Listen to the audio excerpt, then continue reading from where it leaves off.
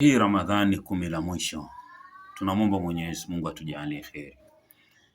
Lao kuna miongoni mwetu katika sisi wanadamu wapo ambao waniomba kheri, na kheri hiyo insha Allah itakapofika mwisho wa Ramadhani ipate kuwaendelea mpaka Ramadhani ijayo pale Mwenyezi Mungu atakapokuwa ameturuzuku hai, na wapo ambao wanaotaka Ramadhani iishe ili watoke kuwa huru katika mambo yao.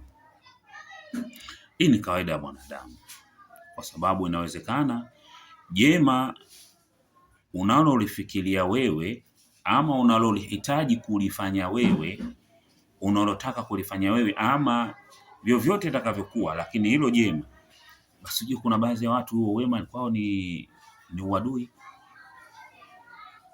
Hapo ndio unakuta uhalisia wa kwamba tuelezane, tuelekezane, tufahamishane, lakini miongoni mwetu tupo ambao tunaiona shari kwetu ndio mbolea, shari kwetu ndio nzuri, na ndio tunawapo wanaoiona kheri kwetu sisi ndio nzuri, kheri kwetu ndio mbolea. Hii ndio ufafanuzi kwamba binadamu. Kwa hiyo binadamu jinsi ambavyo alivyo, huwezi kumkuta mwanadamu akafanana na wewe katika kila aina ya hatua. Mtafanana katika hali ya jinsia, mtafanana katika hali ya uumbaji, kwa sababu wote mna pua mbili zinatazama chini, mtafanana katika hali hiyo, lakini hamwezi mkafanana kwamba unalolihitaji wewe akalifanya mwenzio.